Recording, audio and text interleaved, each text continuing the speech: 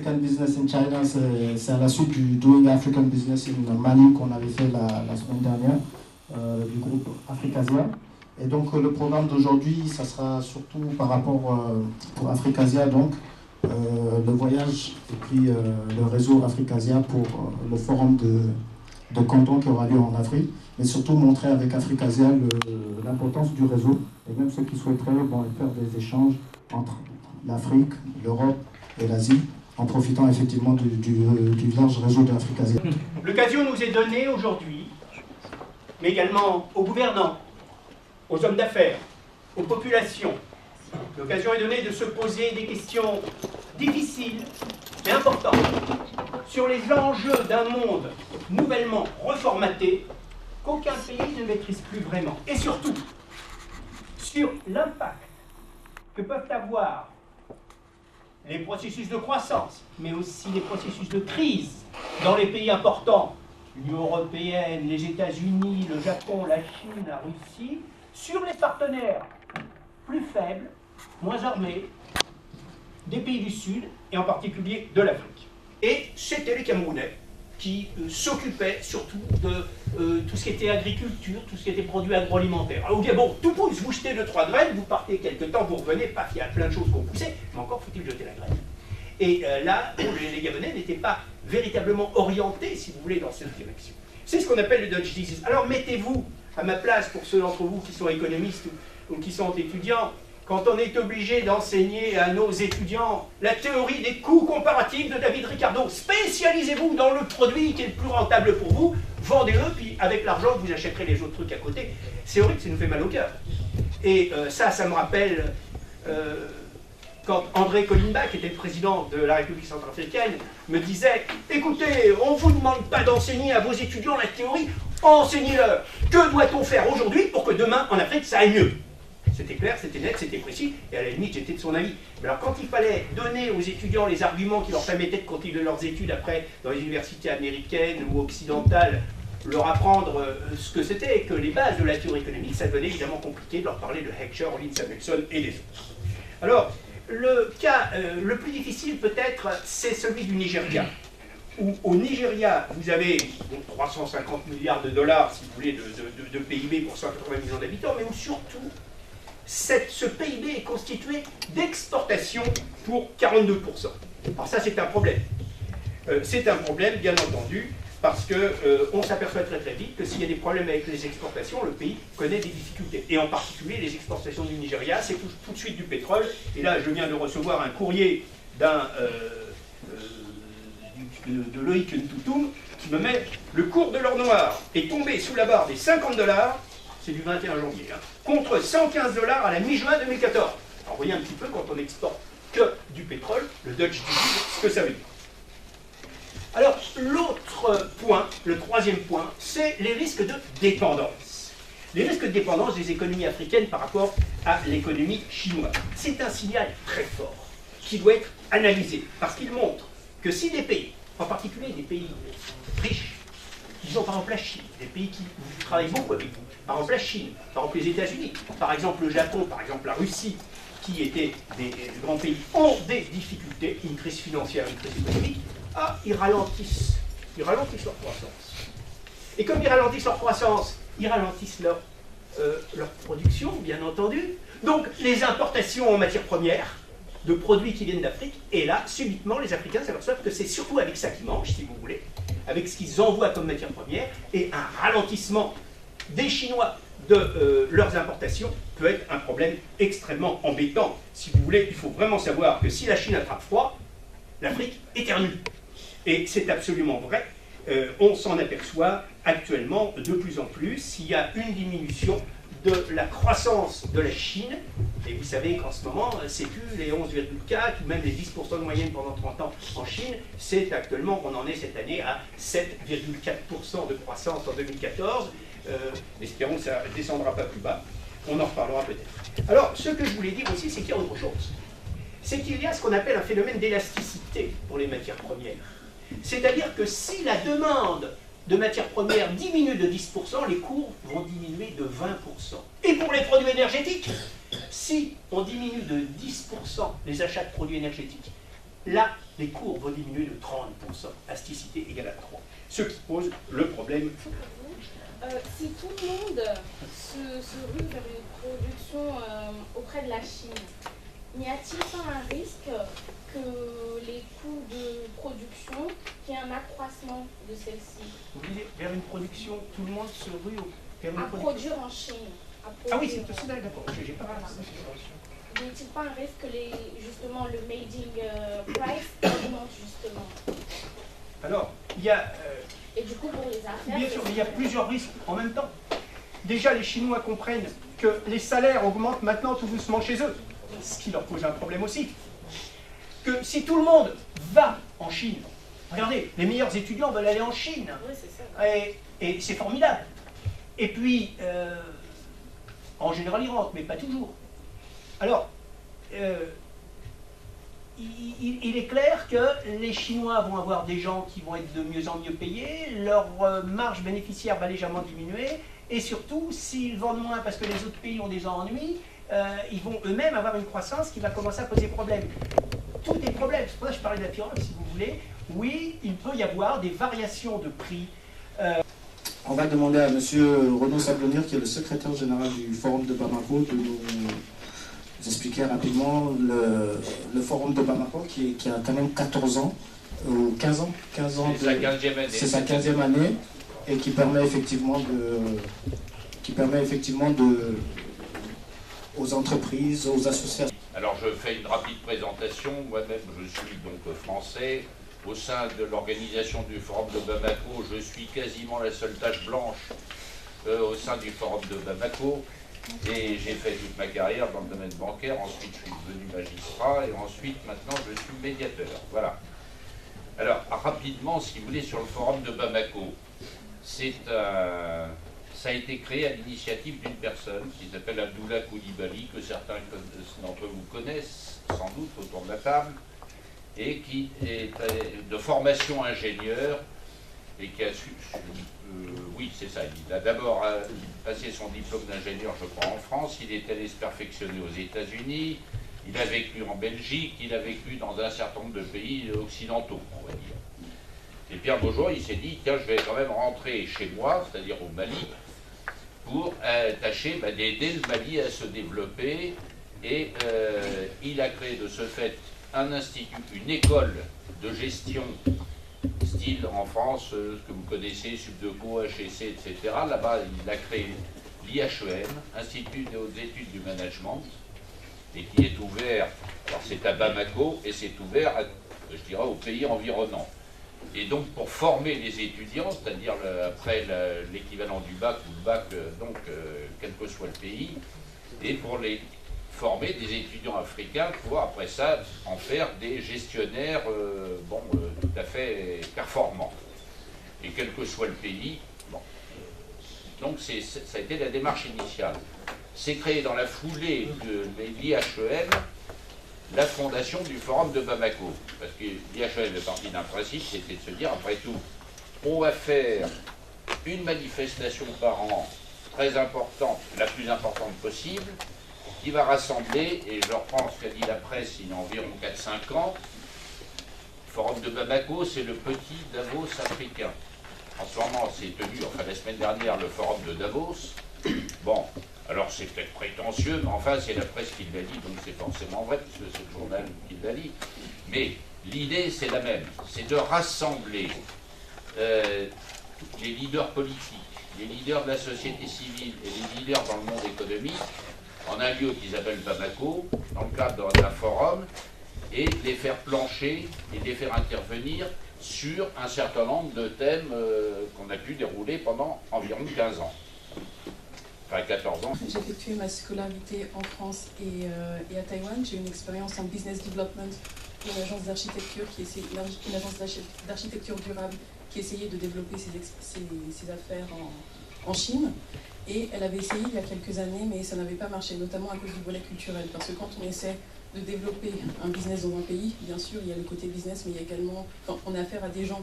Donc si on n'a pas une certaine sensibilité, bien sûr, un certain nombre de choses risquent de ne pas fonctionner. Et par exemple, je vais vous partager avec vous quelques anecdotes. on m'avait notamment chargé de préparer le développement des affaires en Chine est notamment basé sur le Guanxi, c'est le réseau interpersonnel de personnes qu'on développe par contact, mais également avec des petits cadeaux, des cadeaux plus ou moins gros.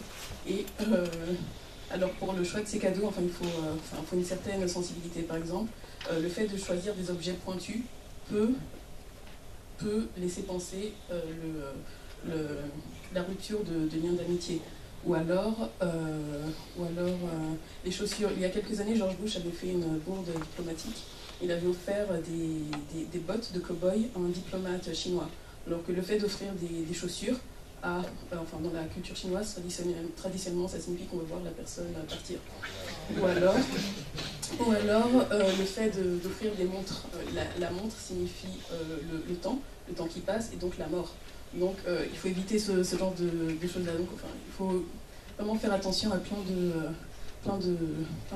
choses. Il faut toujours avoir une certaine sensibilité. Est-ce que tu as des anecdotes à partager, toi Donc, en Chine, malheureusement, le blanc, c'est le deuil, c'est la mort. Et c'est vrai que c'est un produit, on me posait la question pourquoi ça ne marchait pas. C'est sûr que ça ne marcherait pas vraiment si, au niveau culturel, on a déjà cette notion de mort en tête. Donc ce qui fait que les Chinois sont très superstitieux. Et donc ce qui a fait que le produit, en fait, pendant longtemps, ça n'a pas fonctionné. Mais avec le temps, on a retravaillé sur le packaging. Donc on a changé le code couleur, en fait, c'est devenu finalement le rouge. Parce que le rouge, c'est la joie, c'est le bonheur, voilà, comme Coca-Cola en Chine, vraiment, il marche très très bien. Et ça, c'est des choses qui fonctionnent très bien. Donc c'est s'adapter à la culture chinoise. Après, d'un point de vue culinaire, le riz par exemple avec l'Afrique, il y a plein de petites choses qui font le piment, on aime l'épicé, il y a plein de choses qui fonctionnent bien d'un point de vue culturel. Des exemples, on en a plein, sur le site internet vous allez pouvoir les voir. D'accord, je vais passer la parole à M. Aliotal, qui est notre conseiller juridique. Là, vous pouvez, allez-y, à votre santé. Et qui va parler de l'aspect juridique qui peut être très intéressant pour... Donc moi, mon intervention sera focalisée sur des conseils pour faire le business. Donc avec un entrepreneur chinois ou bien un opérateur ou bien même une personne physique. Donc je pars de l'idée que c'est un particulier qui veut faire du business ou bien quelqu'un qui a sa structure qui veut faire une affaire avec un partenaire chinois. Donc mon propos sera focalisé que sur ça parce qu'on n'aura pas le temps, donc il me resterait quelques minutes. Quel conseil pratique, on aura peut-être l'occasion d'y revenir. Mais si une personne lambda, malien, sénégalais ou nigérien voudrait faire affaire avec la Chine, ça sera le cas de plus en plus parce que la Chine devient incontournable. Quels sont les garde-fous juridiques à emprunter avant d'y aller, ou une fois sur place? Voilà. Je vais commencer mon propos avec la clause que vous avez évoquée tous les deux, la clause léonine, ou bien le contrat léonais. L'objet, c'est de faire de sorte que le contrat soit équilibré. Lorsque le contrat est très déséquilibré, lorsqu'il y a une partie qui a la force économique et qui l'a imposée à la partie faible, on peut dire que la clause ou le contrat est léonin. Léonin, ça veut dire qu'elle est non avenue. Elle ne peut pas être imposée à l'autre partie parce que l'équilibre du contrat n'existe pas. Le contrat a été déséquilibré de manière intrinsèque. C'est à partir de ce moment-là qu'on dit que la clause est léonine, ou que le contrat dans sa globalité est léonin. Maintenant, comment faire de sorte que le contrat ne soit pas léonin? Quel sera mon propos? Ça veut dire que ça doit être gagnant-gagnant. Dans le commerce international, il ne faut pas donner des conseils à une partie pour lui dire comment faire pour gagner. Je le ferai en privé. Si je suis le conseil de shérif, je pourrais le faire. Mais dans un cadre comme ça, l'objectif c'est que les rapports économiques entre l'Afrique et la Chine, ou entre la France et la Chine, se développent. Pour que ça puisse se développer, il faut que tout le monde s'y retrouve. Il faut que ce soit intéressant pour chaque partie. Donc moi, mon propos, ce sera plutôt dans ce cadre-là, et non pas dans le cadre où j'aurai un client privé, une personne que je devrais conseiller. Là, effectivement, j'aurai l'intention de lui donner des astuces personnelles pour avoir quand même le dessus sur d'autres partenaires. Que ce soit chinois ou japonais, mon client, pour moi, est le meilleur. Donc, voilà. Pour l'instant, le propos, c'est vraiment de conseiller tout le monde à ce que le contrat soit équilibré et qu'il n'y ait pas un déséquilibre fondamental que l'autre partie pourrait invoquer. Parce que quand le contrat est léonin, quelle que soit la clause, quel que soit le contrat, quel que soit le notaire qui aura participé à la validation de ce contrat, le juge pourra l'invalider. Ce sera donc nul et non avenu. Donc c'est quelque chose à éviter. Donc il faut être gagnant, mais il ne faut pas être trop gourmand. Parce que quand vous êtes trop gourmand, l'autre partie pourra vous reprocher cela. Donc je commence par quelques conseils au niveau du contrat, de sa formation, jusqu'à l'hypothèse d'un litige. Parce que le contrat, comme une personne humaine, a une vie. le contrat naît, le contrat s'exécute et le contrat meurt. Donc au niveau de la naissance, c'est la formation. Au niveau de la formation du contrat, avant d'être un contrat international, c'est d'abord un contrat. On ne va pas faire une définition peut-être globale. Le contrat, c'est un accord de volonté qui produit des effets juridiques opposables aux parties. Donc c'est une convention. C'est une convention bilatérale au moins entre deux parties. Et en général, dans le commerce international, le contrat est ce qu'on dit synalagmatique. Ça veut dire que chaque partie apporte une prestation qui est l'objet de la prestation de l'autre partie. Comme on dit dans un contrat synalagmatique, la cause de l'obligation de l'autre partie réside dans l'objet de l'obligation de la première partie. Ça veut dire que je vous donne 100 €, c'est parce que vous me donnez cette bouteille-là. Sinon, ça n'a pas de sens. Ça devient un contrat unilatéral ou bien un don et un legs. On n'est pas dans ce cas de figure-là. On n'est pas dans ce cas de figure-là. Bon, la bouteille ne coûte pas 100 €, c'est un exemple. Sauf ça dépend de ce qu'il y a à l'intérieur. C'est de l'eau bénie. Donc voilà. Donc, dans ce cas de figure, on part du principe qu'il y a le conscientialisme, qui est un principe de droit fondamental européen qui a été répandu dans pratiquement pas mal de pays et à travers des conventions internationales, en passant par le GATT, l'OMC, et jusqu'à ce qu'on appelle les Incoterms, International Commercial Terms, qui sont les règles les plus usitées. On va y revenir. Mais d'abord, étape par étape. Donc, il y a le conscientialisme, ça veut dire que c'est l'autonomie de la volonté. On part du principe que l'individu est libre. Vous êtes libre de contracter ou de ne pas contracter. Si vous contractez, vous êtes tenu de votre engagement. Sinon, la sécurité des transactions n'existera pas. Ce n'est pas comme un jour, shérif qui voit une demoiselle qui lui plaît, vous me plaisez, d'accord, le lendemain, je ne vous sens plus, ça n'existe pas en droit des affaires. À partir du moment où vous sentez votre contractant, vous êtes tenu de respecter votre parole. Sinon, la justice peut se retourner contre vous. Donc, il y a ce principe de conscientialisme. Néanmoins, ça peut être un danger pour la partie faible. Quand on dit la partie faible dans un contrat, comme dans un contrat de consommation, entre votre opérateur téléphonique et vous, vous êtes la partie faible. Orange a plus de force économique que vous et peut vous imposer des clauses abusives que individuellement vous n'aurez pas la possibilité donc de décrier. Collectivement, à travers des associations, on fait des efforts, associations de consommateurs et consorts, mais ça ne suffit pas. Entre le travailleur et son employé, le travailleur est la partie faible. En droit international, entre le non-professionnel et le professionnel est la partie forte. Le consommateur est la partie faible. Et entre professionnels, le novice, c'est lui qui a une petite structure, et la partie faible comparée à la grosse structure qui est à Shanghai ou autre, qui a l'habitude du commerce international, qui peut abuser de sa position dominante pour vous imposer des clauses abusives qui peuvent parfois rendre le contrat léoné, pour revenir à votre propos. Donc, en ce qui concerne ce formalisme, qui n'est pas très usité, on conseillera plutôt d'utiliser les termes convenus dans le cadre des Incoterms. Les Incoterms, c'est quoi? Ce sont des clauses que l'on a mises en place pour éviter la disparité juridique à travers le monde. La Chine n'a pas la même culture, vous l'avez relevé, que la France, ce qui signifie qu'il y a certaines conceptions du contrat valables en France qui sont ridicules en Chine ou ailleurs. Pour éviter cela, on a essayé de mettre en place un système conventionnel inspiré du système de common law et du système de civil law qui est en pratique ici, pour que tout le monde y retrouve son compte. De sorte que maintenant, pour faire du business, on peut se référer à ces Incoterms. Ces Incoterms qui sont renégociés sporadiquement, 2010, plus tard, ainsi de suite. Et avant, il y avait aussi pareil. Je suis très content de participer à la réunion. C'est vraiment choqué. Tout le projet que vous avez raconté m'intéresse. Comme le shérif tout à l'heure t'a déjà présenté un peu, on est déjà en école à Paris, ça fait 10 ans. Et aussi, on a une école aussi en Bamako. C'est récent, c'est seulement 2 ans. Aussi, on a, en fait, on a 2 casquettes. Une casquette de l'éducation, école privée dans le domaine du commerce. Bien sûr, aussi, on a aussi une école de langue. On peut enseigner le cours de chinois et français pour l'étranger. Plus, à Bamako, on fait la même chose. En autre part aussi, on fait le commerce international. Comme tout à l'heure, vous avez discuté toutes les marchandises concernant le chargeur ou portable. Ça, je pense qu'on peut faire quelque chose dessus. On est pas mal à ressources en Chine, surtout à Canton, Shenzhen, et puis Shanghai. Je pense que ça peut vous intéresser. Il y a pas mal de choses qu'on va échanger après la réunion. Merci. Ou ailleurs d'ailleurs, il y a ce qu'on appelle donc il y a la cellule économique qui existe, il y a d'autres dispositifs d'aide à l'international tels que la Chambre des commerces française en Chine. il y a aussi Ibifrance, etc. Ce qui n'existe pas forcément avec les pays africains, en tout cas pas pour le moment. Donc c'était parti de ce constat-là, comment on pouvait faciliter la relation sino-malienne. Donc c'était plutôt une coopération sino-malienne au départ.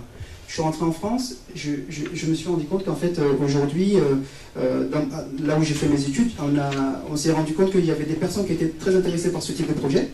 C'est pour ça qu'en fait au final on a décidé de créer un pont entre l'Afrique et l'Asie, parce qu'en fait il y avait des personnes d'origine pas forcément malienne, ni chinoises qui ont intégré le projet, donc des Vietnamiens, des Français, etc. Donc aujourd'hui, on a un réseau avec un noyau dur qui est à peu près une vingtaine de personnes, et derrière ça, on a un réseau de plus de 5000 personnes, uniquement en France. À l'international, on est un peu plus de ça. Donc ce réseau, il regroupe un certain nombre de partenaires à côté, que je veux remercier à la fin, bien sûr. Donc à partir de là, en fait, ce réseau aujourd'hui, on a essayé vraiment de développer des projets. Donc c'est plutôt d'accompagner des entreprises françaises au départ. J'ai accompagné beaucoup plus des entreprises françaises depuis la France vers la Chine. C'est depuis 2 ans quand j'ai eu la chance d'aller au Mali pour le forum dédié aux jeunes leaders africains. Moi, j'avais été sélectionné comme un des jeunes leaders en fait au Mali pour le Forum du Sahel, ce qui m'a permis moi de vraiment voir le potentiel de mon pays. Donc, je suis d'origine malienne et je me suis dit pourquoi pas vraiment essayer de m'intéresser plus du Mali. Donc, j'ai eu la chance de rencontrer Ibeka, chef d'État, et à qui j'avais vraiment expliqué la chose, et également l'ancien gouvernement, donc Moussa Mara, pardonnez-moi, qui en fait vraiment avait appuyé ce projet. Donc aujourd'hui, quand je suis rentré, c'est pour ça il y a une semaine de là, on avait organisé ce même rencontre avec plus de 100 personnes, avec des investisseurs qui sont venus un peu partout, avec des porteurs de projets et avec des entreprises qui avaient des produits, des services à promouvoir envers le Mali. Donc suite à ce succès-là, on s'est dit tout simplement qu'on va vraiment s'intéresser au Mali. Donc Patrice a bien expliqué tout à l'heure l'importance du forum de Bamako qui est très intéressant pour des entreprises, pas forcément que des entreprises, mais qui s'intéressent aux